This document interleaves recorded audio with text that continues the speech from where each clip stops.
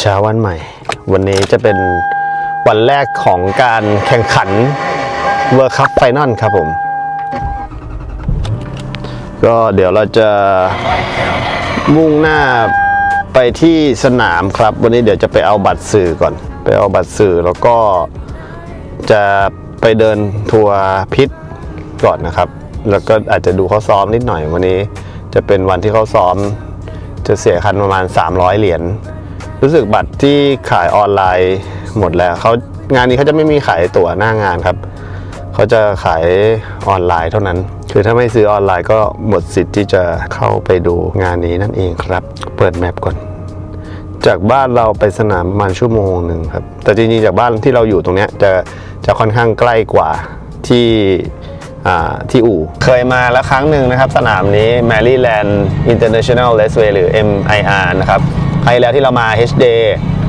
งานอาจจะมีแค่แบบ 2-3 วันนะครับจะน้อยกว่าอันนี้จะเป็นงานใหญ่กว่าถ้าตีเป็นเมืองไทยก็คือซูปอัพนั่นแหละคือเป็นงานใหญ่ประจำปีของสายแดร็กเราเรียกว่าเป็นช่วงใบไม้ร่วงนะครับก่อนที่เราจะเข้าหนาวก็จากที่คลิปก่อนหน้าที่พี่นอริสบอกว่าถ้าอากาศมันดีอากาศมันเย็นเราสามารถบูทเพิ่มได้อีกพอสมควรเลยครับก็ทำให้ส่วนใหญ่ World Cup Final เนี่ยก็จะเป็นงานที่รถสามารถทำเวลาได้ดีกันนั่นเองครับแต่ว่ารถแข่งปีนี้เหมือนจะเยอะมากแล้วก็เวนเดอร์ก็คือพวกคนออกบูธใช่ไหมก็จะเยอะกว่าทุกปีด้วยนะ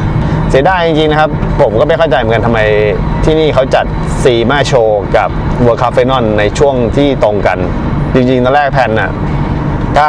มันเหลือมาสักอาทิตย์หนึ่งนะผมก็จะซีมาโชว์ก่อนแล้วก็ดิ่งมานี้แต่ว่ามันแทบจะขี่กันเลยแบบเมื่อวานเป็นงานซีมาวันแรกอะไรอย่างเงี้ยวันนี้เป็นวัน World Cup Final วันแรกซึ่งแบบมันก็ต้องเลือกเนาะแบบอาจจะอยู่ซีมาแค่2วันแล้วมานี่แต่ผมว่ามันเหนื่อยไปเพราะว่าจากตรงที่เราอยู่เนี่ยเวอร์จิเนียกับเวกัสเนี่ยมันเวลายังต่างกัน2ชั่วโมงเลยมั้ง2 หรือ 3 ชั่วโมงเลยยังไม่ได้กินข้าวเลยไม่มีอะไรกินเลยไม่ได้แวะปั๊มไม่ได้แวะอะไรเลยแถวนี้มันแห้งแล้งมากเลยนี่เหมือน1.25 ไมล์เลี้ยวซ้ายเหมือนอีกแค่4 นาทีจะถึงแล้วอะมีแต่ป่ากับหญ้าแล้วก็บ้านคนแต่ไม่มีแบบโซนที่เป็นของกินเลยถ้าไม่มีเสร็จต้องสนามแล้ว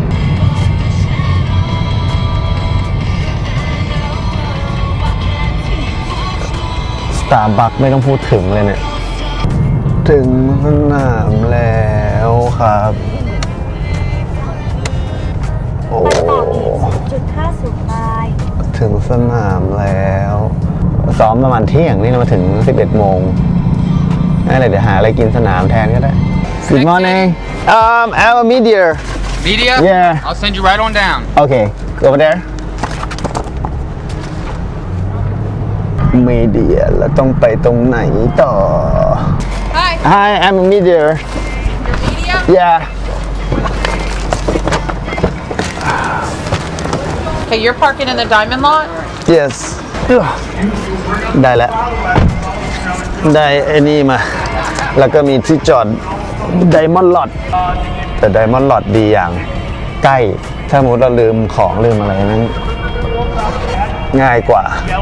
งานอื่นไม่มีแต่งานนี้มีเดี๋ยวเราต้องไปเอาอีกสเตจหนึ่งแต่เนี่ยเขาดีนะเขามีแบบเขียนหมดเลยบอกว่าให้มาถึงที่เกตทำอะไรบ้างแล้วก็ไปไหนต่อเดี๋ยวต่อไปเราต้องไปไอ้นี่ครับไปเอา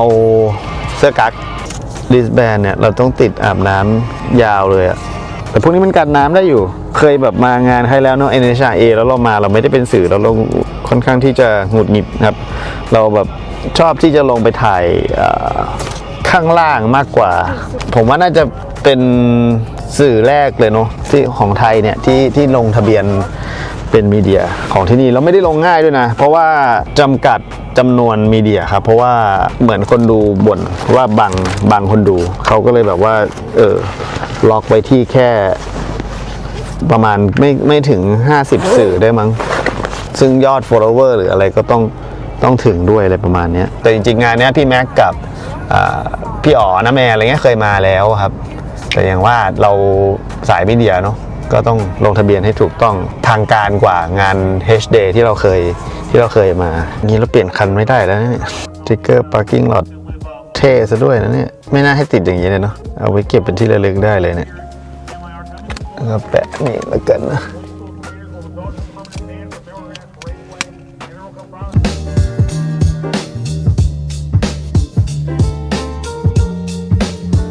เดี๋ยวเราเข้าไปเอาพวกเสื้อกั๊กก่อนห่อไปที่คอนโทรลสูตร 101 ก็น่าจะคิดว่าน่าจะที่เดิมนะ เดี๋ยวพรุ่งนี้วางแผนใหม่ คือต้องกินอะไรจากที่บ้านเลย เพราะว่าไม่มีอะไรกินจริงๆ เดี๋ยวคงมีแค่ไก่ทอดเลยนักเก็ตอะไรง่ายๆอ่ะเนี่ยนี่รถก็เริ่มทยอยลงมาแล้วเหรอ ยังไม่เที่ยงเลย แต่เช้าเลยเหรอ นี่รถแข่งเริ่มลงมาแล้วเหรอ รถแข่งเยอะมากครับ เดี๋ยวค่อยอธิบายกันรุ่นมันเยอะจัด แต่ส่วนใหญ่หลักๆ แล้วในแต่ละรุ่นก็คือจะ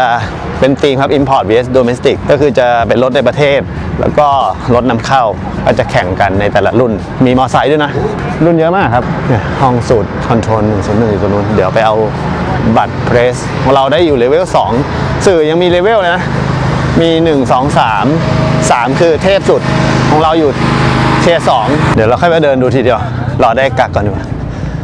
ปาร์คเฟิร์มห้องคอนโทรล101แล้วอันนี้ก็มีนี่มาด้วยครับเหมือนเป็น Eternal Hard Disk คือการนี้เหมือนมีข้อตกลงว่าไฟล์วิดีโอกับรูปของมีเดียก็ต้องส่งให้เขาเล็กไปป่ะดูแต่เขาก็เสื้อเขาง่ายๆเลยนะเพรสแล้วก็เขียนเลเวล2มันจะมีเลเวลเขียวก็คือเลเวล1ส่วนเลเวล2เนี่ยเกือบออเรียแต่ถ้าเลเวล3จะเป็นสีแดงเลเวล3จะไปอยู่ท้ายแท็กได้ ซึ่งเราไม่ค่อยอยู่นะครับอันตุไลท้ายแท็กเนี่ยตัวปิวเลยกากน่ารักเชียเล็กเชีย เป็นมีเดียไม่เสียตังค์ไอ้นี่ดันเสียตังค์ที่ตอนนั้นที่มาเสียตังค์แต่ว่าอันนี้ฟรีหมดแต่ก็จะแลกกันด้วยที่ว่าต้องส่งรูปให้เขาหน่อยช่วงนี้เป็นช่วงเข้ามาปาร์คเฟิร์มเดี๋ยวจะมีซ้อมเทสติ้งก่อนครับคันละ300 เหรียญเมื่อกี้เลยวุ่นๆหน่อยข้างในที่อยากมาเพราะมันมีโรตารี่เยอะมี Honda เยอะรุ่นขับหน้ามันมีเครื่องหลากหลายให้เราได้ดูอ่ะมันมีทั้งไอ้พวกโรตารี่มี RB มี 2J มีอะไรอย่างเงี้ยครับใน position กำลังตั้งบูธเลยสปีดแฟกอยู่ตรงนู้นเขายังตั้งบูธไม่ได้นี่ดีเลยนะครับนี่ของงานถ้าจะซื้ออาจจะซื้อไปก่อนไม่ได้สวยมากครับแต่ก็ถือว่าเก็บสะสมดูก่อนว่าจะลายไหนดีเดี๋ยวลองดูว่าอันไหนเวิร์กน่าจะสีดำลาย Gladiator นะครับคือเสื้อเพราะว่ามันเหมือนมางานก็ต้องไอ้นี่หน่อยอะซื้อลายนี่แหละลายสีดำพื้นฐานแต่ไม่ค่อยผ้าไม่ค่อยดีสู้แบบไอ้พวกงานไอ้นี่ไม่ค่อยได้นะเอเดชัยตอนนี้โพซิชันก็เริ่มเอาเทอร์โบมาวางแล้วเนี่ยเทอร์โบเนติกเห็นพี่อ้ำบอกว่าจริงๆโพซิชันเมื่อก่อนคือมาจากเทอร์โบเนติกเขาเริ่มมาแต่ว่ายังไม่ได้วางราคานะครับไม่รู้ลดราคาเยอะหรือเปล่านะครับแต่ว่าแน่ๆก็จะมีขายพวกหมวกพวกเสื้ออะไรอย่างนี้นะวันนี้ไม่รู้โปรโมทไซส์เท่าไหร่เนี่ยไซส์ประมาณลูกพี่ใช้กันเลยนะครับสปีดแฟกยังไม่ได้ตั้งครับรอสปีดแฟกเขาตั้งก่อนตอนนี้น่าจะเช้าเกินกว่าที่แบบพวกบูธเขาจะตั้งยังตั้งไม่เสร็จเลยนะครับแต่บูธเยอะมากครับมีวิสโก้ด้วยวิสโก้มาเอาลูกสูบอะไรมาโชว์นะครับมีหลากหลายไซส์เลยเอเดชาเอแชมเปี้ยนมีก้านอลูมิเนียมมาขายเจหลักๆซื้อได้แค่เสื้อดูจากทรงพอเทคก็เป็นสปอนเซอร์ใหญ่ก็มาตั้งบูธอยู่แล้วครับ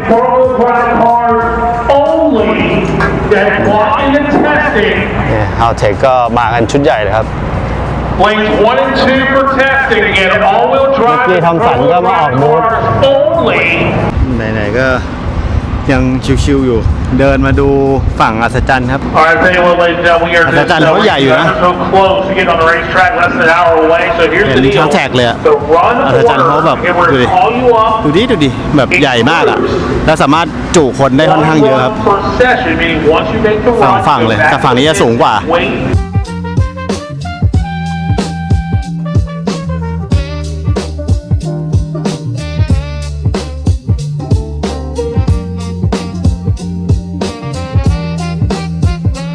แล้วก็เอาของมาเก็บที่รถนะครับงานยังไม่ได้เริ่มดีเท่าไหร่แล้วก็อยากจะมาเล่าประวัติคร่าวๆครับงานนี้ก็คืองาน Haltech World Cup Final นั่นเองนะครับก็คือ Import vs Domestic เป็นจุดเด่นของงานนี้เลยครับการที่เอารถนะครับ Import ก็คือพวกเครื่องญี่ปุ่นทั้งหลายแหล่เขาก็จะเรียกเป็น Import เนอะแล้วก็ Domestic ก็คือพวกเครื่องอเมริกันเนี่ยมาเจอกันซึ่งในแต่ละรุ่นเนี่ยก็จะมีทั้งรถญี่ปุ่นแล้วก็รถอเมริกันเนี่ยมาแบทเทิลกันนั่นเองครับก็เรียกว่าเป็นงานแร็กที่ยิ่งใหญ่อีกงานหนึ่งของอเมริกาเลยนะครับโดยเฉพาะงานนี้มันจะมีความที่ใกล้เคียงกับบ้านเราคือถ้าเราจะไป NHRA มันก็คือคนละเวทกับบ้านเราไปเลยครับแต่ว่าอันเนี้ยจะมีความใกล้เคียงครับก็คือส่วนใหญ่เนี่ยรถแต่ที่นี่จะไม่มีหน้ายาวนะที่นี่เขาจะเป็นรถเฟรมกันซึ่งก็จะเป็นรุ่นใหญ่ที่สุดนะครับรุ่นใหญ่มันก็จะแบบเป็นเฟรมเหมือนบ้านเรานี่แหละแต่ว่าพิกัดที่เขาวิ่งกันอยู่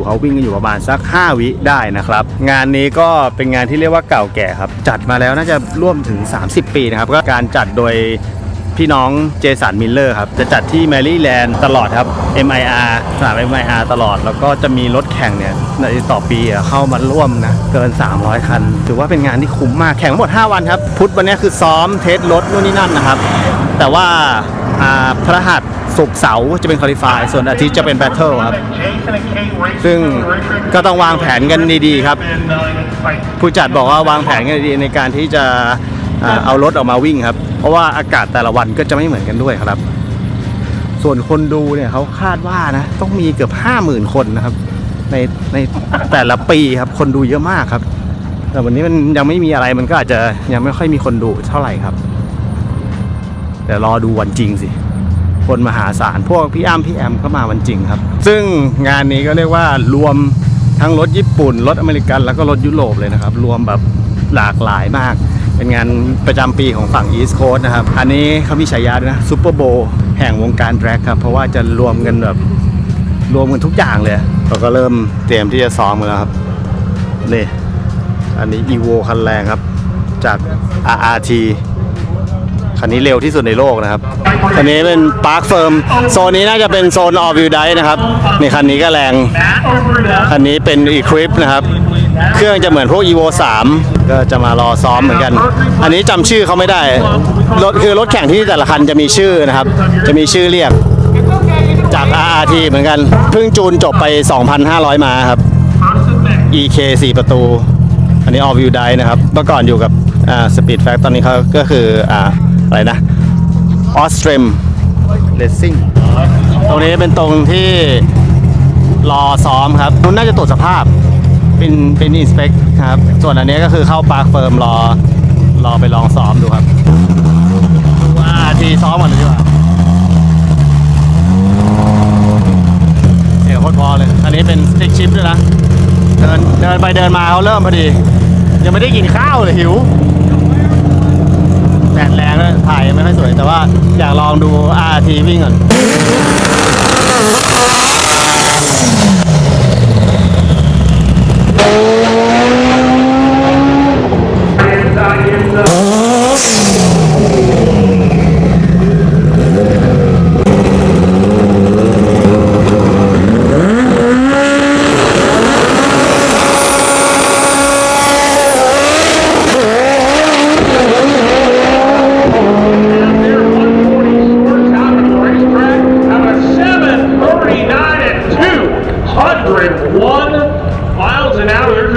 ซ้อมตอนแรกก็ 73 เลยRT Evo ที่เร็วสุดในโลกตอนนี้ครับ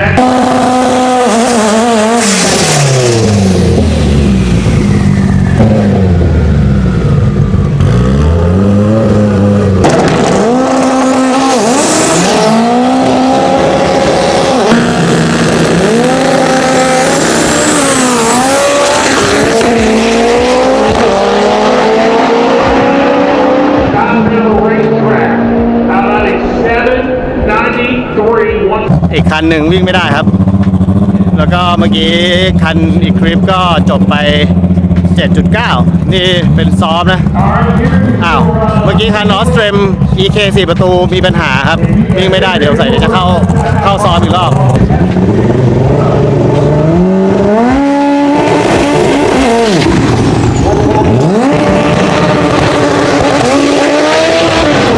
รุ่นขับได้อยู่ครับ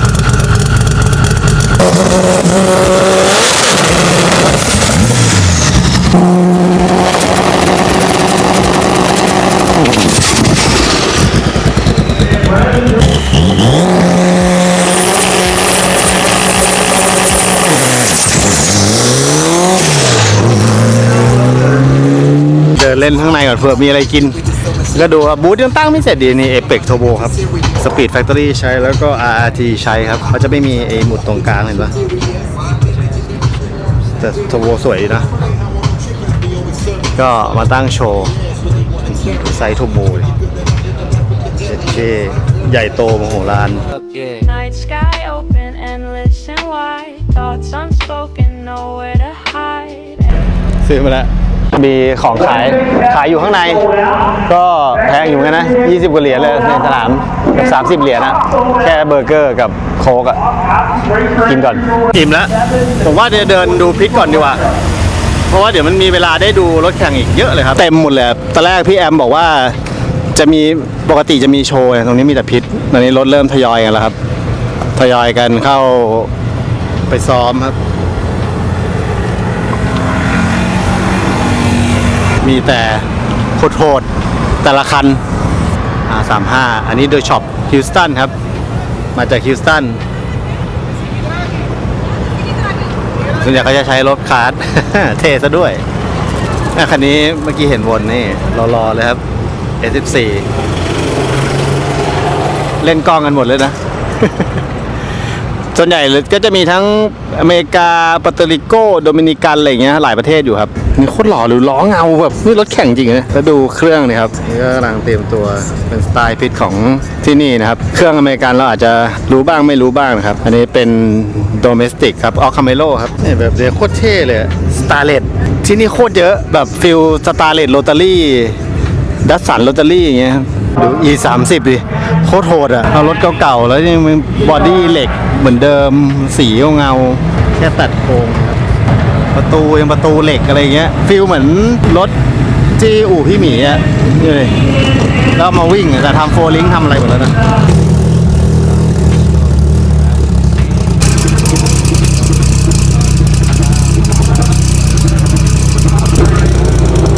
พิทนี้พิทเบิ้มเลยครับโอ้มีทั้ง R35 มี Supra ครับเนี่ย English Racing ครับรถโหดๆเพียบคันที่เราเคยสัมภาษณ์เมื่อตอน TX2K ครับ DD2 คันนี้แล้วก็เมื่อก่อนแข่งโรเลสแล้วก็ชอบแบบไปซื้อของใน Starbucks อะคันนี้ดูเสียง Supra เลย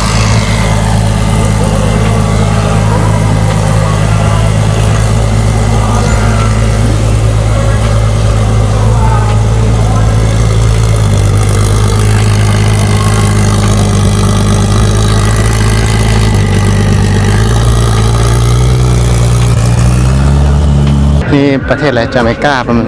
ดูดิส่งรถแต่ละคันสวยๆเงาๆทั้งนั้นเลยดูดิแล้วเขาก็พยายามเอาบอดี้แบบเนี่ยที่เป็นบอดี้รถบ้านเนี่ยนี่ซิลิก้านะโคตรสวยเลยจริงๆของเราก็เอาแบบมาฟิลจากพวกพี่ๆเขาเนี่ยแหละ DX 2 ประตูทำรถแดกเนี่ยมาที่นี่อย่างนี้ได้เห็นแต่ส่วนใหญ่จะเป็นฝั่งแบบประเทศแบบฝั่งลาตินนะปัตเตอริโกบ้างอะไรบ้างครับDX 2 ประตูสีแดงรถเหมือนมารเลยอันนั้นก็เป็นกระบะแต่เขาเอาฝาออกน่าจะเป็นซันนี่ทรัคแน่เลยเครื่องอะไรวะ Midnight murmurs, I'm feeling my best.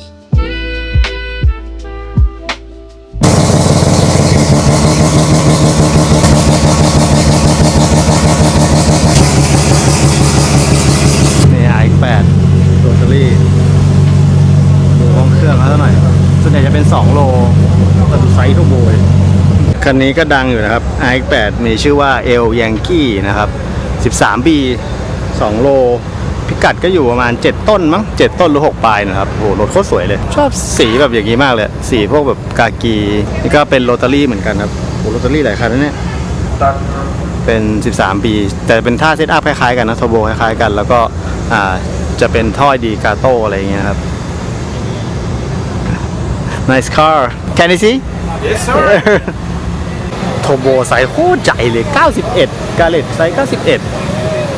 86ตอนแรกผมคิดว่าเครื่องเจไหมคันนี้เป็นเครื่องโลน่าจะ3โลรถมีหลากหลายครับพิษเดินไม่รู้จะเดินจากตรงไหนก่อนเลยมีทุกที่เลยครับ Confessions, nobody's there. Pockets full of stories, pennies and dreams. Time moves slow, unraveling. มาเข้ามาดูข้างในนะครับโอ้โหเครื่องใหญ่มากนี่ก็กำลังเซอร์วิสกันอยู่นะครับเสียงในสนามเดี๋ยวต้องเอาหูฟังมา All the dog carts and pit vehicles that are parked out in the tower need to be พิทฟิลเดียวกับ NHI เลยครับคล้ายๆกัน วันนี้จะเดินพิทก่อนครับวันแรกเพราะว่าวันแรกมันยังเป็นแค่ซ้อมมันยังไม่มีอะไรมากเดินพิทเล่นดีกว่านี่เจอที่คุณนุ่นชอบครับเป็นนักแข่งผู้หญิงครับ Honda ไม่รู้ขายเสื้อเปล่าคุณนุ่นอยากได้เสื้อบูธที่มี Honda ครับ GP1 Racing สีสวยๆอันนี้เป็นคนที่คุณนุ่นแบบฝากมาซื้อเสื้อเราก็ดูช่องเขาอยู่คันนี้จริงแรกมาตั้งแต่เดิมๆนะครับแล้วก็ค่อยๆทำมาจนเป็นรถแดกครับเป็นรถของผู้หญิงชื่อนะครับจอนน่ามารี So, one more time, I'm gonna ask you folks one more กำลัง time. จะตั้งบูธขายของเลยประเด็นคือเวลาซื้อเนี่ยไม่รู้จะเอาไปเก็บไปไหน Bought your tickets September 1st. ผู้หญิงขับเองครับคันนี้จำไม่ได้น่าจะ8 วิหรือเท่าไหร่เนี่ยหรือ7ไปปลายแล้วครับอันนี้ แต่เขาเป็นเสื้อแบบเสื้อกีฬานะไม่รู้ว่าเขาทำเป็นเสื้อปกติหรือเปล่า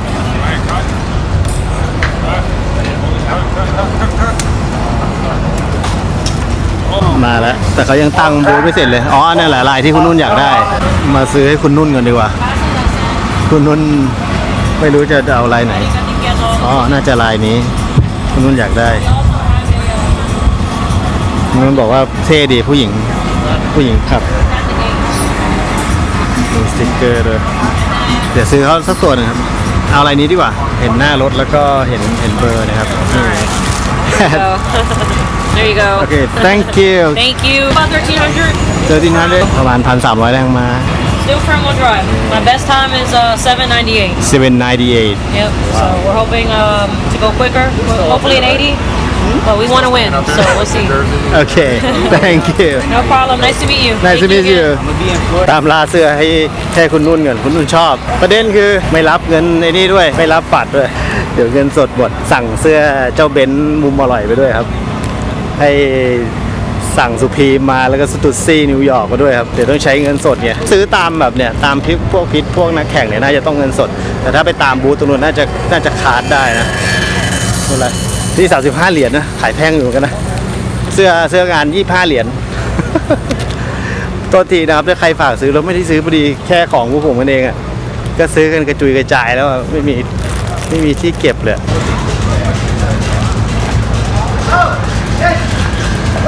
รายการนี้เสน่ห์มันอยู่ที่เครื่องแปลกๆมันเยอะมากเลยครับแล้วก็หลากหลายประเทศ มาแข่งทั้งอเมริกาทั้งจาเมกาปอร์โตริโกโดมินิกันอะไรประมาณนี้ครับมีมอเตอร์ไซค์ด้วยแบบงานเจ๋งเนี่ยแล้วส่วนใหญ่แต่ละคันก็จะเอาเนี่ยครับรถบรรทุกมาแล้วก็จะมีการปูพรมมีการเซอร์วิสแต่ถ้าทีมใหญ่หน่อยก็เอาเต็นท์แบบนี้มาเลยครับเอาพิษแบบนี้มาเลยแล้วก็จะนอนจะกินกันอยู่ที่นี่แหละพี่นอริสก็กินนอนกันอยู่ที่นี่นี่ก็เป็นอีกสำนักหนึ่งโอ้นี่รถทรงคลาสสิกหมดเลยอ่ะนี่โรตารี่หมดเลยแน่ครับดูเลยเครื่อง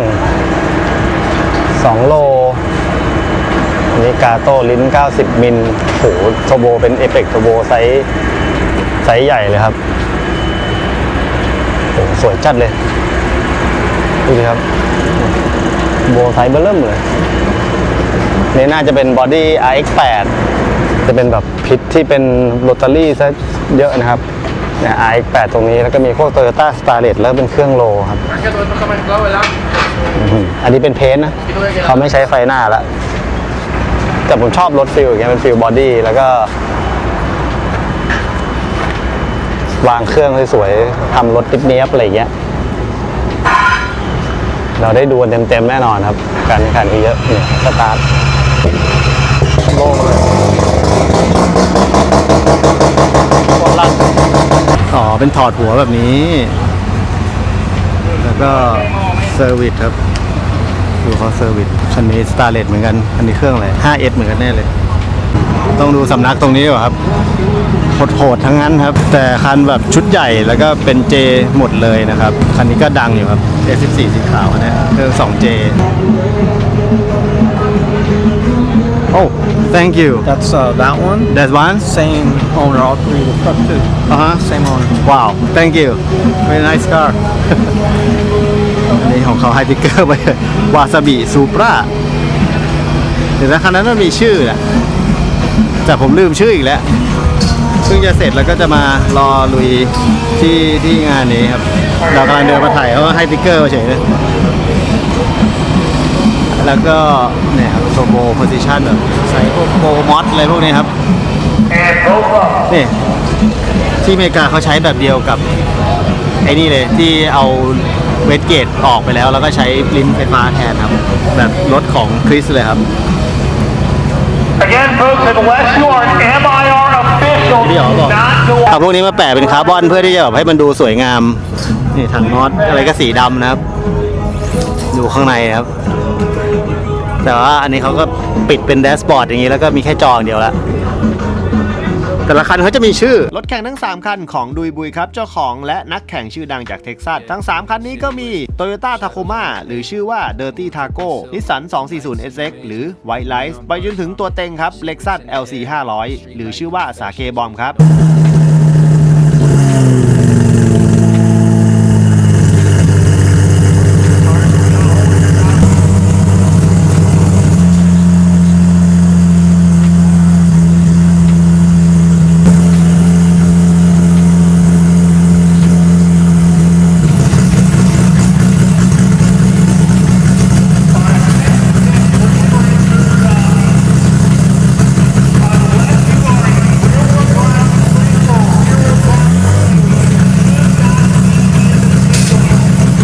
และคันนี้คือเรือธงของทีมครับลงแข่งขันในรุ่น Outlaw vs Extreme วันนี้จะเป็นการลงสนามระยะ 402 เมตรเป็นครั้งแรกของเขาด้วยครับถอดประตูเป็นแบบกดได้หมดเลยครับเพราะว่าเซอร์วิสง่ายด้วยอย่างที่นอริสทำเลยไอ้แท่นเขาก็จะทำเป็นแท่นนี่นะครับแท่นเหมือนแท่นวางประตูจะได้แบบประตูได้ไม่เป็นรอยแล้วเขาก็จะมีแท่นวางไอ้นี่ด้วยครับวางตัวหัวเฟรมครับทุกสำนักเขาจะเป็นคล้ายๆกันหมดเลยเนาะนี่ก็เป็นไอเดียได้ครับก็คือประตูเขาจะปลดเร็วแล้วก็จะมีทำแท่นวางเอาไว้ทั้งหัวทั้งประตูครับเพื่อเซอร์วิสเจ๋งดีครับแล้วก็ส่วนใหญ่ก็จะเป็นรถบรรทุกแหละกินนอนกันที่นี่แหละครับอันนี้ก็ดังคันนี้สวยคันนี้รู้สึกจะเป็นคนทูนให้กับคัน Evo ของทางคุณคริสนะครับจะเป็นแนวเดียวกันดูอินเตอร์เลยโคตรใหญ่เลย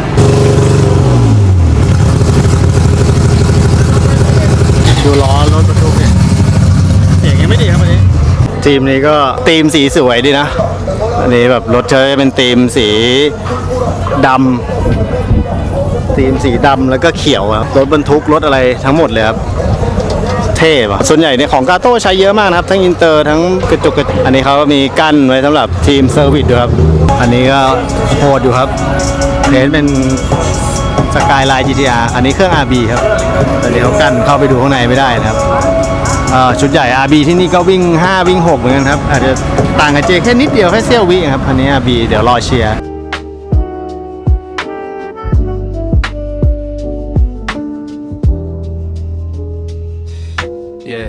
City Whisper Boosted Boy นะครับแล้วก็ดูช่องเขาเป็นประจำนะครับมากับเขาด้วยนะครับแต่ว่าจะเอาคันนี้มาทูมาครับ M2 เครื่อง K ตาม YouTube ก็อยู่อันนี้ก็เร็วอยู่ครับอันนี้ก็8 วิอยู่ครับอันนี้ในช่องนี้แบบจะทุกอย่างจะวาง K หมดครับไม่ว่าจะบอดี้อะไร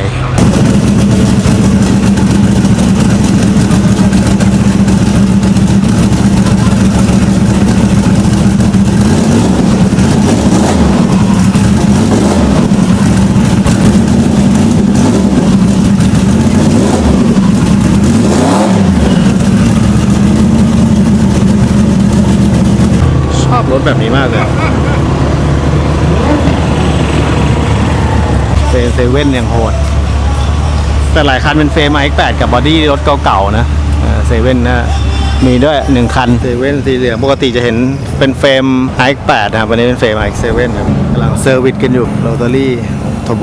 เบิ่มเลย I love your cars ให้เขาเซอร์วิสไปครับ And folks, Turbo, please HPT. take all the drive from the Billet. front and River Drive. 2 rotors or 3 2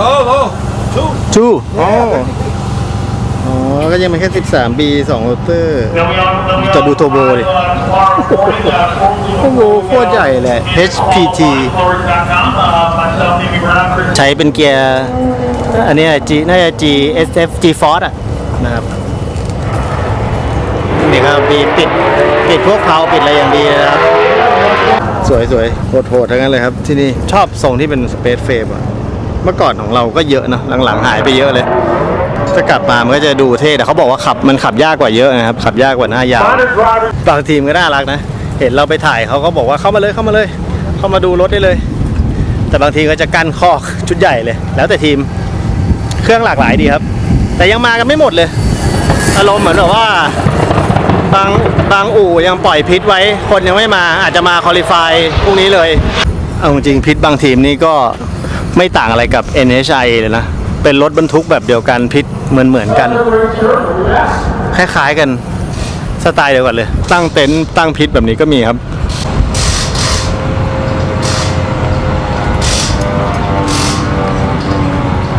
ช่องที่เราตามดูอยู่มีทั้ง2คันนะครับ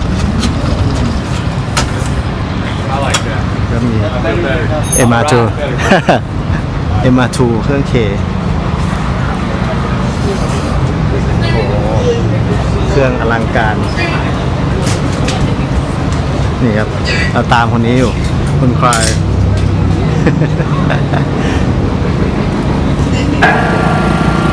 เมื่อกี้ก็น่ารักมากมาคุยด้วยแล้วก็แบบให้เข้าไปดูอันนี้ช่วงนี้เราจะไปวิ่งครับมันเป็น2พี่น้องเจ้าของช่องเขาขับเองแล้วก็ทำรถกันเอง2คนตรงข้ามเลยฝั่งตรงข้ามก็จะเป็นอีกช่องหนึ่งครับนี่ช่อง Boosted Boy ครับ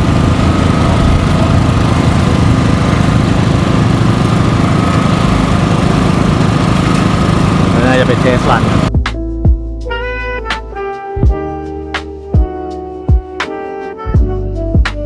ถึง Boost Speed Factory แล้วครับวนมาอีกรอบไม่รู้กำลังจะวิ่งหรือเปล่านี่เจอลุงลิก Hi Good to see you You too, man. How are you? Good Here it is right here. ครับอยู่กับลุงลิกส่งเสื้อไปให้เขาใส่ครับ Speed Factory They're doing some tuning stuff. We'll just wait a minute. โอเค Here at MIR. I'm a big fan of your cars Yeah, I know. Thank you. เดี๋ยวเขากำลังวุ่นกันอยู่ กำลังแบบเดี๋ยวจะ inspection เนี่ยห้องเครื่องของ Speed Fact เขา Oh my goodness! Time of this car Oh man, I think it's gonna be a 666. 66 Yeah. Yeah, my guy here is on the Kevin. 665 to 217 miles an hour. เสียงค่อนข้างดังครับใน track เข้ามาอยู่ป่วนอยู่ในพิท Speed Factory เขานะครับ ก็เครื่องก็ชุดใหญ่โทโบยังเป็น Apex Turbo อยู่นะครับ เมื่อกี้เขามิดไฟล์แบบหูแทบตับหูแทบแตก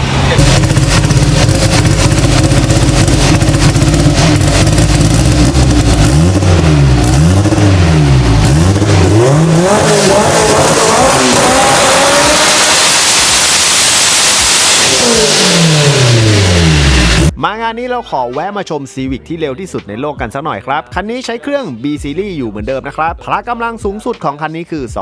2,370 แรงม้าครับ ไฮไลท์เด็ดที่ทำให้คันนี้เร็วที่สุดนะครับก็คือเกียร์ Albins ครับ เป็นเกียร์ Sequential 6 Speed เล็กแต่แรงระดับโลกเลยครับ City don't sleep, but it knows how to rest.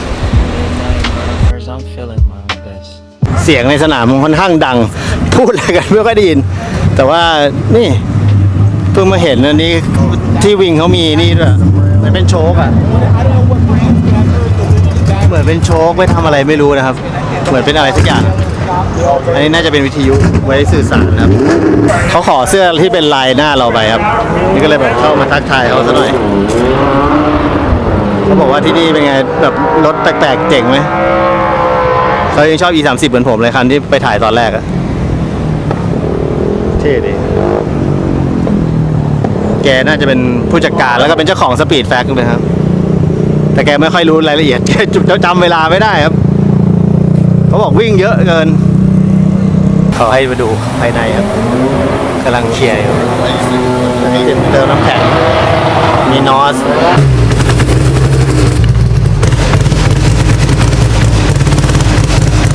อยู่หน้ารถแล้วผืนดำ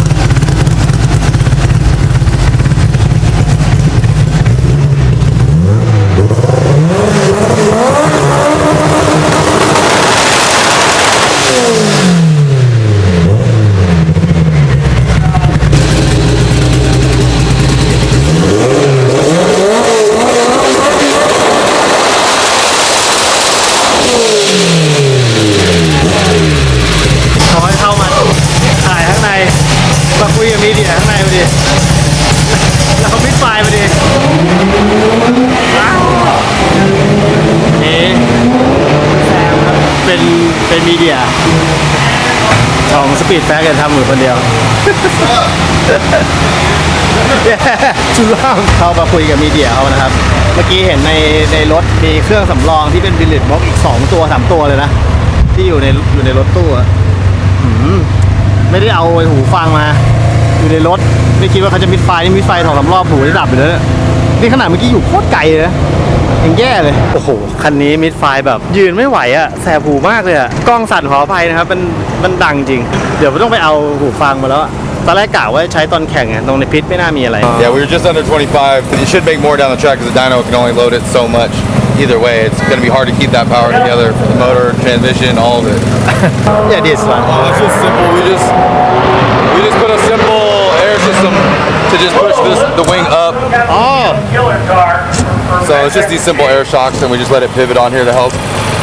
put downforce down when we're slowing the car down, so it keeps it more stable, and it worked great. The push button, so when he hits the parachute, this comes up same time. Thank you. Safety. Safety. Yeah. For 'Cause safety. he could feel the car lifting up in the back, too unstable. So we added more and more, and then now we came up with this, and it's worked fine. A lot of guys have a system like this with like little flaps and stuff like this, but we had the wing set up, and we're like, we can just make it slide easy. โอเคเขาไม่ได้เน้นอะไรเยอะเพราะว่าเดี๋ยวสุดท้ายมันก็ต้องมาปรับจูนกันในแท็กอีกทีตอนนี้มันก็ดีสุดอยู่ประมาณ 6.65 โดยประมาณนะครับซึ่งเขาก็หวังว่า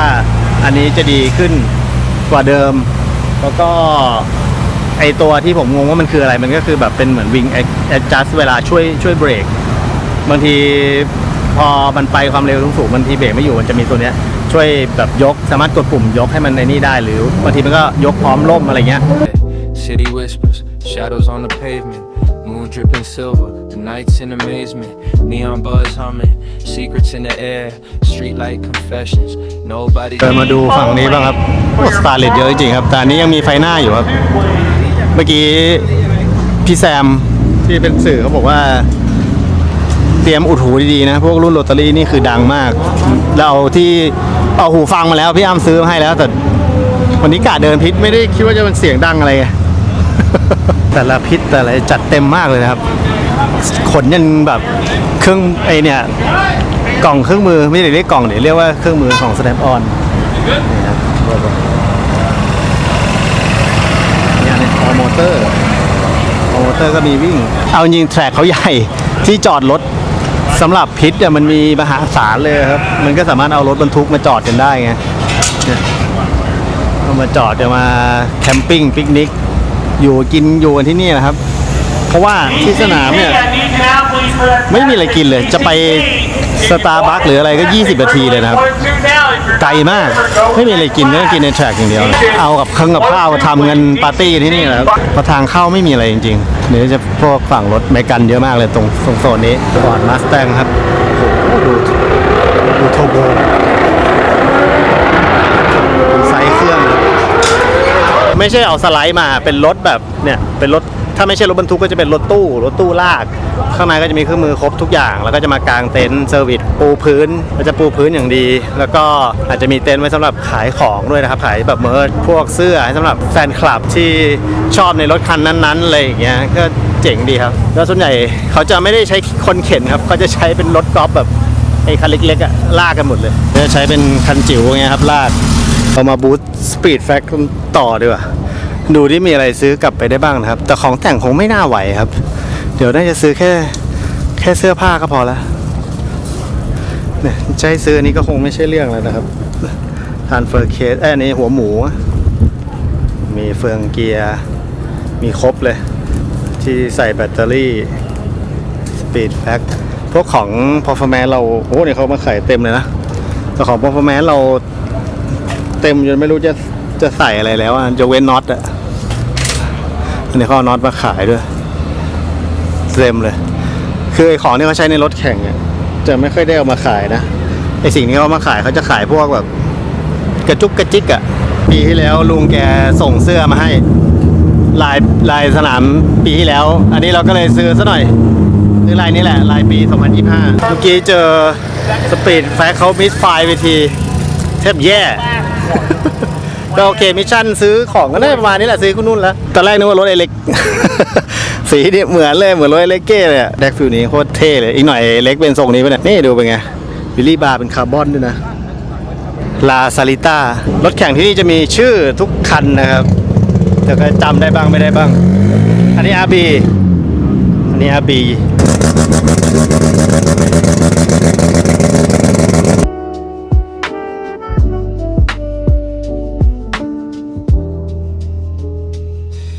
Yeah, City Whisper.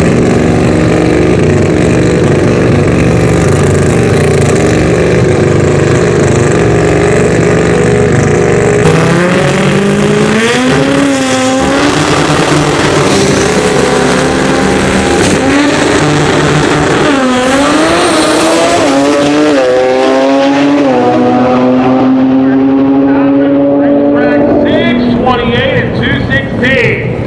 หูฟังใช้ได้เมื่อกี้พี่นอริสวิ่งไปแต่เวลายังไม่ดีครับยัง8กว่าอยู่คันเมื่อกี้ไอ8วิ่ง6เลยนะครับแต่สนามที่นี่เราจะสมมุติเราอยากถ่ายคันนู้นเราจะข้ามไปไม่ได้ครับเราต้องอ้อมก็เลยต้องเลือกหน่อยว่าอยากจะถ่ายฝั่งไหนนะครับพื้นที่เราจะอยู่ได้แค่ประมาณตรงนี้นะครับคือหลังจากนี้ถ้าเป็นแบบปลายเส้นแล้วก็จะเป็นเลเวล3แล้วมีเดียวเลเวล3ของเราจะอยู่เนี่ยโซนนี้จริงๆแค่นี้ก็พอแล้วครับไปเลเวลหลังๆแล้วอันตรายอันนี้คือพวกเครื่องมือเคลียร์แทร็กนะครับก็จะจอดเรียงกันอยู่ตรงนี้เลยแล้วก็จะมีป้ายเขียนด้วยนะครับว่ารถอะไรต้องจอดกลับมาจอดให้ถูกที่นะครับอันนี้ Street Sweeper ก็น่าจะไว้แบบปัดกวาดถนนอันนี้รถโบเวอร์ครับโบเวอร์แท็กเตอร์น่าจะออกไปอยู่มี ATV Buffalo อันนี้ไม่รู้ทำอะไรเหมือนกัน มีอันนี้สเปรดเดอร์นะครับเป็นตัวเผาอันนี้เป็นรถเผานะครับเผาแล้วก็ขูดแทร็กเนี่ยข้างหลังจะเป็นถังแก๊สแล้วก็จะเผาเป็นเผาไฟแบบนี้ครับแล้วก็จะแบบขูดแท็กนั่นเองครับส่วนอันนี้น่าจะเป็นรถโค้ดนะเป็น ATV ไว้โค้ดแท็กแบบละเอียดอีกทีเนาะเป็นคันเล็กเป็นรถใส่น้ำยาโค้ดแท็กอันนี้ก็จะเป็นรถทรัคที่ไว้คอยเคลียร์แท็กนะครับทำความสะอาดของแทร็กก็เนี่ยครับจะมีตัวปัดอันนี้จะใช้หลายลำหน่อยนะครับที่แบบว่าประมาณนี้ที่จะแตกต่างกันนะครับของเขาจะจัดเรียงแบบนี้เป็นระเบียบเลยเท่ดีแล้วก็จะมีคนที่คอยแบบเดินเป่าเดินอะไรอีกนะครับสำคัญไม่แพ้รถแข่งในสนามก็คือเนี่ยแหละครับพวกรถที่ไว้เคลียร์แท็กอุปกรณ์หลักๆหมายถึงว่าเครื่องจักรประมาณนี้จริงๆก็จะมีโบเวอร์คนเป่ามีคนขูดที่มันต้องเก็บรายละเอียดอีกเยอะครับทำให้การแข่งขันที่นี่เขาจะค่อนข้างเคลียร์แท็กได้เร็วแล้วก็คือเงินมันเยอะเนาะ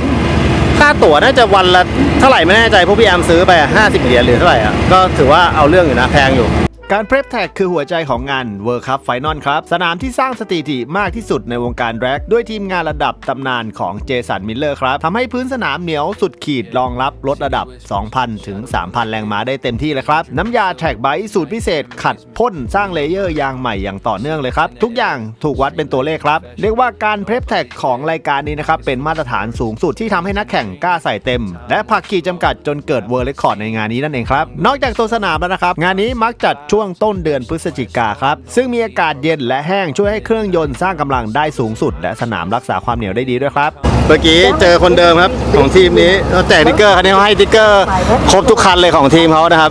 แล้วเมื่อกี้เจอนะเขามาคุยด้วยแล้วโอเคก็เลยถามว่าคันนี้กี่แรงม้าเขาบอกคันนี้ 3,000 แรงม้าครับมากกว่า 3,000 แรงม้าบูท100 ปอนด์อ่ะ บูท100 ปอนด์เลยเฟรมเป็น Lexus LC 500เนาะ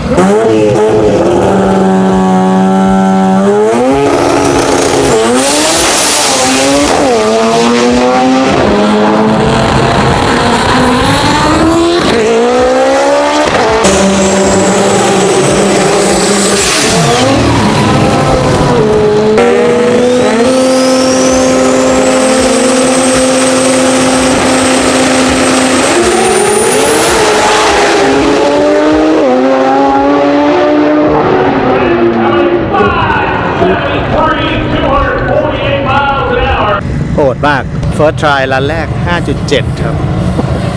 แต่ว่าพวกโรตารี่อะไรก็วิ่งดีนะวิ่ง 6 ปลายๆวิ่ง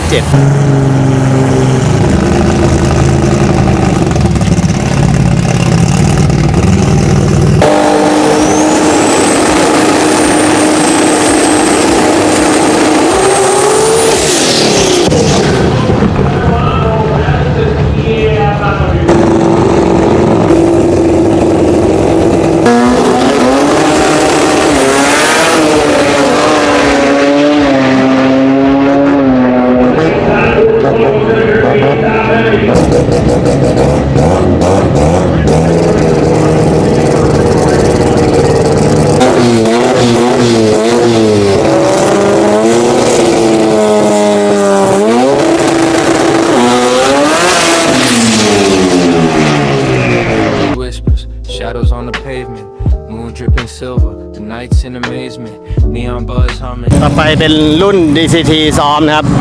DCT ส่วนใหญ่ก็จะเป็นพวก Audi นี่แหละ Speed Factory เราออกมาตั้งลำหล่อแล้ว Thoughts in the clouds, life's a quiet storm, no need for a cloud. Midnight, songs in my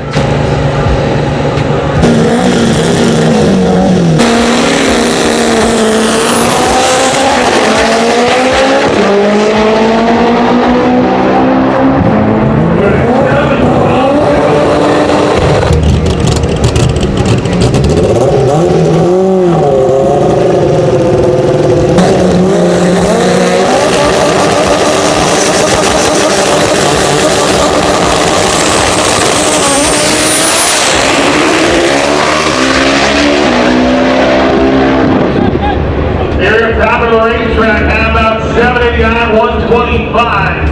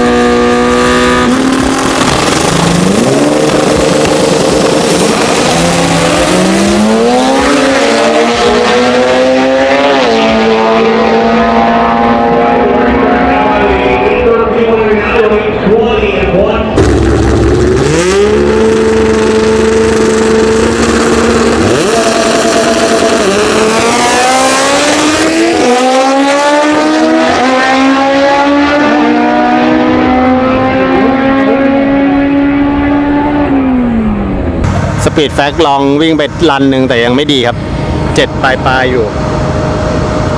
โหดหลายคันนะ RRT โหดมากอะเวลาเดิมตลอดเลย แล้วก็นี่ก็เป็นช่วงเคลียร์แท็กครับ นี่วันซ้อมมันเนี่ยดูวันซ้อมเขาแบบโหนั่งเคลียร์กันจบรุ่นทีเขาก็เคลียร์ทีนี่ไอ้นี่อีกแล้วครับโคตรแท็กแล้วเคลียร์แท็กนักแข่งกับทีมงานก็มาลองเหยียบดูครับว่าตรงไหนหนึบตัดเลยดูเสียงไงต่อไปมอไซค์ครับ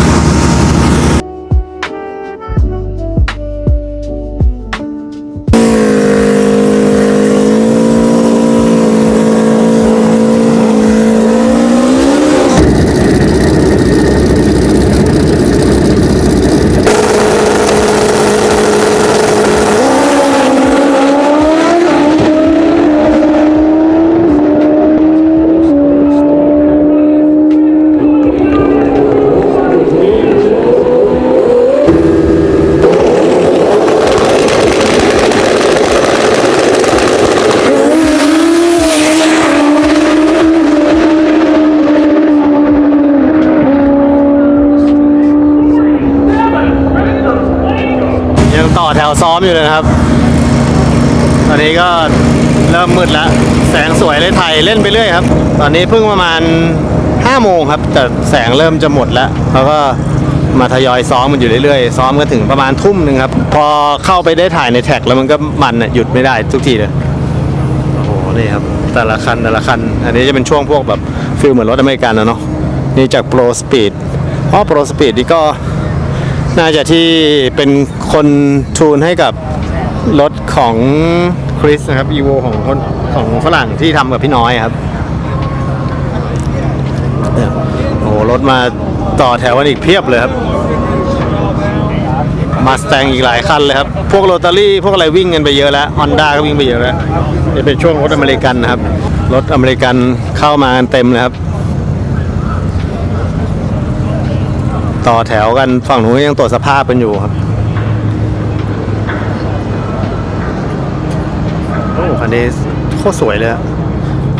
คันดำนี่เสียงเครื่องคือแบบอลังการคันนี้ก็น่าจะคล้ายๆกันคันนี้เนียบมากครับคันนี้สวยมากคริสตัสแมทฟาเลนปะรถยูทูบเบอร์นะครับโอ้โหดูดิเครื่องใหญ่ไม่ว่าโทโบเบลิ่มเลย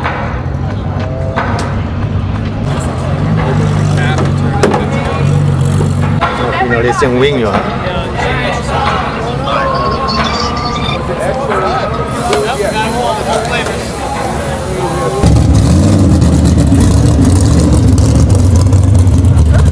มารอกันหมดแล้วครับ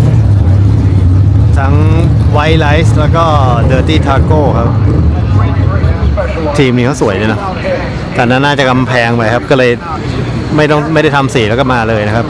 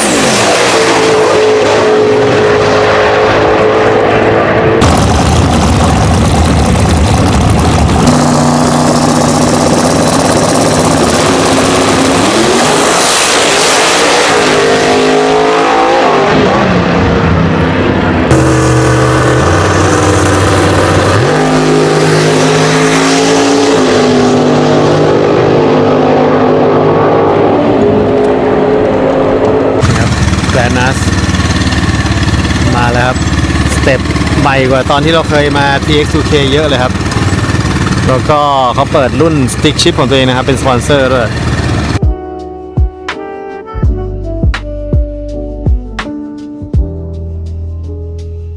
าอะไรกินก่อนไม่ค่อยมีอะไรกินเลยอดทนอีกหน่อยกินแต่เบอร์เกอร์แล้วก็ไก่ทอดครับคือในเนี้ยมันมีกินแค่นี้ก็ต้องเอาเท่านี้แหละแต่เดี๋ยวกลับไปประเด็นคือที่พักเราใกล้สนามนะบ้านที่เรานอนใกล้สนามเพราะว่าพอเวลาจะไปหาอะไรกินเนี่ยต้องกลับเข้าไปแถวอู่ไกลหมดเลยเตรียมรถเตรียมอะไรกันนะครับพิษเยอะมากครับก็รถเยอะรถแข่งเยอะมากครับเดินมาที่พิษที่นอริสครับกำลังรื้อเลยน่าจะมีปัญหาไปวิ่งแต่ว่าเวลาก็ยังไม่ถึงนะมีในพิษมีนี่ด้วยมีโต๊ะปิกนิกแล้วก็มีดูหนังได้ด้วยนอริสครับเซตอัพตรงพิษเอาไว้อยู่ไว้กินข้าวนะมีเตาบาร์บีคิวด้วยก็ตอนนี้หลายๆพิษก็วุ่นเลยครับเพราะว่าเหมือนพอวิ่งกันรันแรกไปแล้วรถก็บางคันก็มีปัญหาต้องรื้อเช็คที่เดินผ่านสปีดแฟกก็รื้อฝาดูอยู่นะครับเห็นรื้อเช็คอยู่ก็แสดงว่าน่าจะยังไม่โอเคแต่ไม่เป็นไรครับมันมีอีกหลายวันก็อันนี้เป็นพาร์คเฟิร์มครับน่าดูแกรนด์อัสวิ่งอยู่เหมือนกันครับ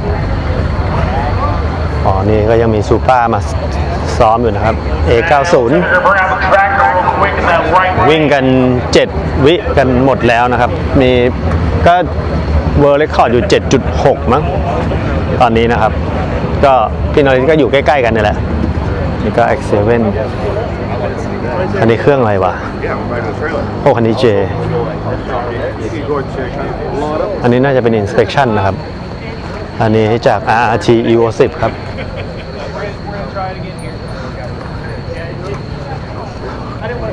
คันนี้ก็เครื่อง Evo 10 โอ้เขาเปิดโทโบเช็คเลยนะครับเปิดโทโบตรวจบวมมี3ตัวนี่ซูเปอร์อีกหลายคันเลยตอนแรกจะกลับแต่เห็นดูไลน์อัพรถแล้วก็ยังอยากถ่ายต่อบรรยากาศวันซ้อมครับซูเปอร์อันนี้ก็โหดแต่คันนี้ดังอยู่ผมเพิ่งรู้ว่าช็อปอยู่ที่ฮิวสตันมีโอกาสก็น่าไปนะเพราะฮิวสตันอู่รถแดกเยอะมากเลยแต่เราเพิ่งมารู้ว่ามี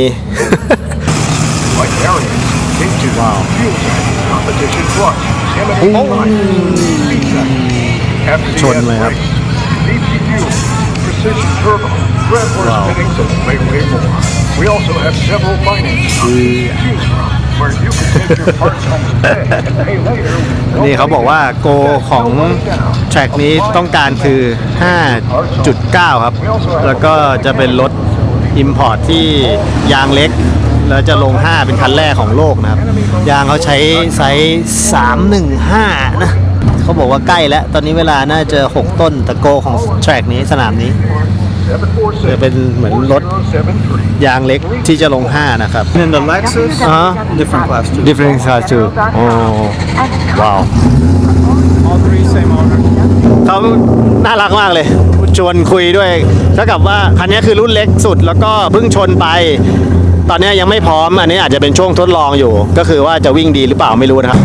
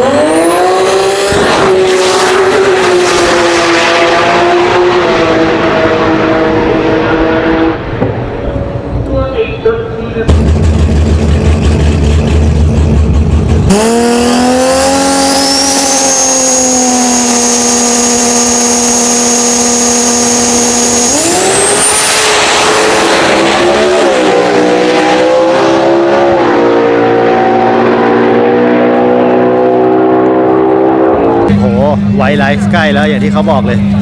6.0 แล้วอะโกเขาคือ 5.9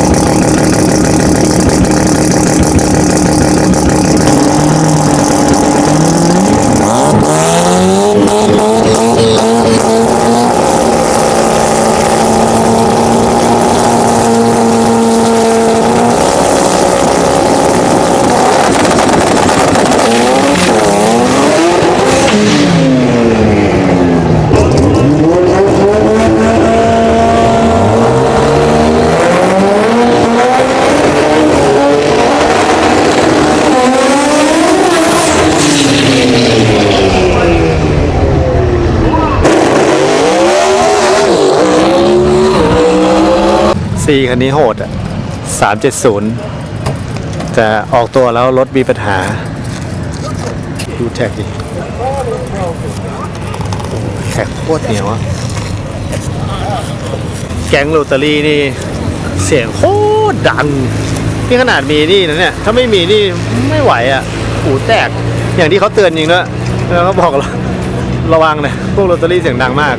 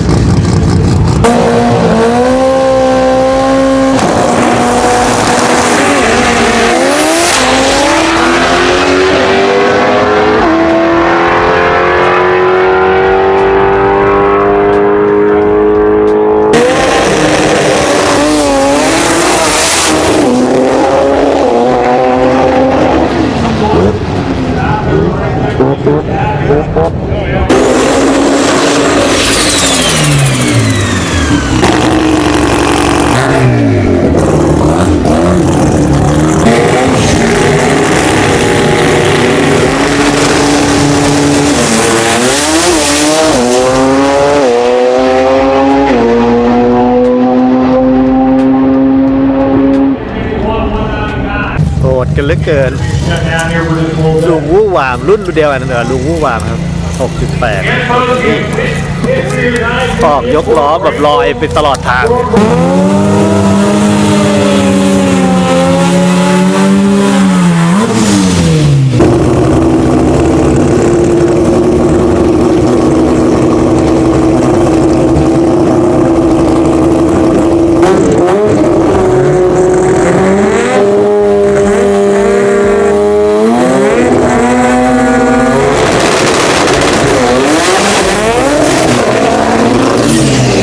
ตอนแรกจะกลับบ้านตอนฟ้ามืดแต่พอมันซ้อมดูไปดูมาแล้วมันรุ่นโรตารี่เยอะมากครับแล้วแบบเนี่ยโตโยต้าเก่าสตาร์เลตแล้วก็ DX อย่างเงี้ยสีเงาเป็นรถแข่งกันเต็มเลยรถสวยด้วยนะเงาทุกจุดเลยแต่ละคันโอ้นี่จะกลับได้ไงดูดีมีแต่รุ่นโหดๆกำลังจะมาวิ่งแค่เลยนี่อันนี้มาจากจาเมกาเลยนะครับเป็นซิลิก้าเครื่องเจครับแล้วก็ติดธงเลยครับเนี่ยครับเขาจะมีติดธงก่อนที่จะตอนเบิร์นคือเสน่ห์ของงานนี้เนี่ยเขาจะติดธงชาติของแต่ละประเทศกันเอาไว้นะครับตอนเบิร์นแล้วพอเบิร์นเสร็จเขาจะดึงออกจะมีที่ใส่ธงสำหรับรถแข่งโดยเฉพาะนะครับก็สมชื่อกับเรียกว่า World Cup Final นะครับก็รวมคนที่รวมประเทศที่เล่นแร็กนะครับแล้วก็มาแข่งกันในรายการนี้หวังว่าอนาคตจะมีประเทศไทยมาจอยเขาบ้างนะครับจริงๆประเทศไทยเราฟีลเหมือนอารมณ์พวกปอร์โตริโกพวกโดมินิกันเหมือนกันนะคล้ายๆมีความคล้ายมากครับเอาจริงมางานนี้เราก็ชอบ import อยู่แล้วแหละครับเครื่องตระกูลญี่ปุ่นเผาอีกแล้วเพราะเดี๋ยวรุ่นใหญ่ก็จะวิ่งนะครับเคลียร์แท็กอีกแล้วนี่มันซ้อมแล้วเนี่ยเคลียร์แท็กยังโหดเลย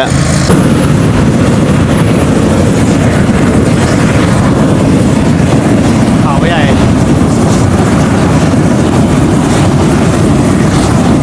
แต่พูดถึงหน้าของเฟรมเขายาวมากเลยนะอันนี้เป็นเฟรมซูปราใหม่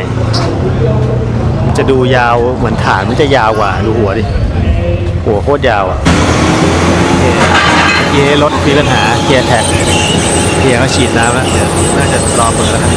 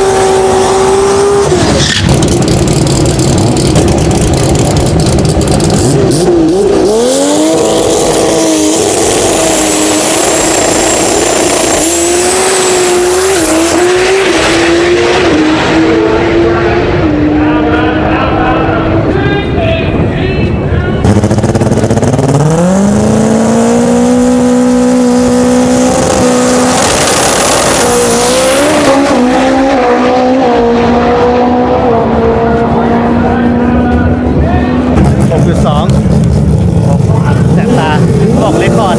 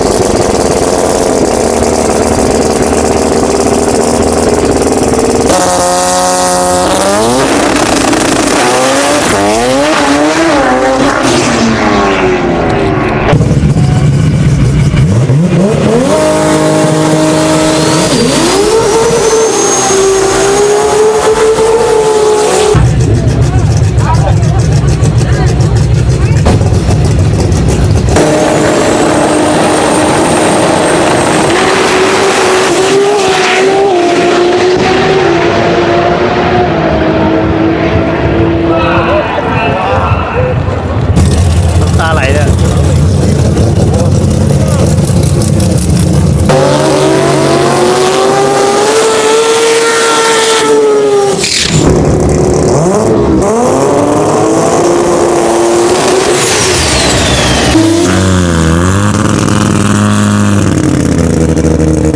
มันต่อไหมเนี่ยโคตรเป๊กเลย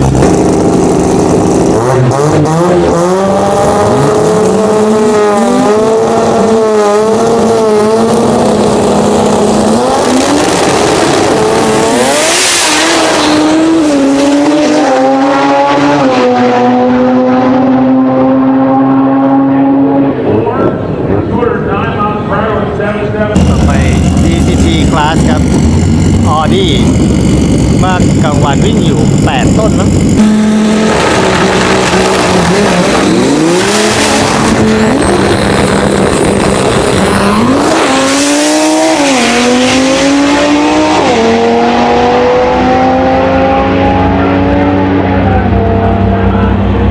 Audi ทรงแบบบ้านๆเลยอะภายในยังมีอยู่เลยมั้ง 7.9 ไปโคตรปิวเลย โอเค พอประมาณดีกว่า ตอนนี้มันเหลือซ้อมอีกแค่2-3 คัน เพ่นดีกว่า เพราะว่านี่ก็ดึกแล้ว น่าจะไม่ค่อยมีอะไรกินแล้วแหละ ต้มมาม่ากินที่บ้านดีกว่า เพราะว่ามันไม่มี มันหาของกินยากอะไม่เหมือนเมืองไทยเนาะ อันนี้แบบ แล้วยิ่งโซนที่เราอยู่อะไม่ค่อยมี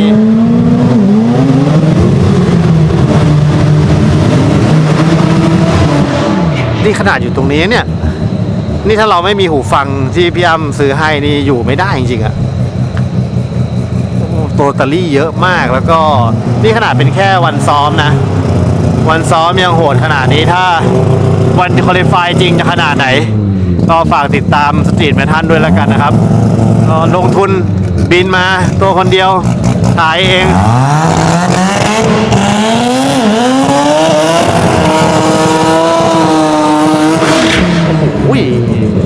ก็ลงทุนมาถ่ายให้เพื่อนๆดูนะครับก็ฝากดูกันเยอะๆแล้วก็ไลค์แชร์กันเยอะๆด้วยนะครับจะได้มีกำลังใจพาเพื่อนๆไปชมต่อไป Hey What's up, brother? What's up bro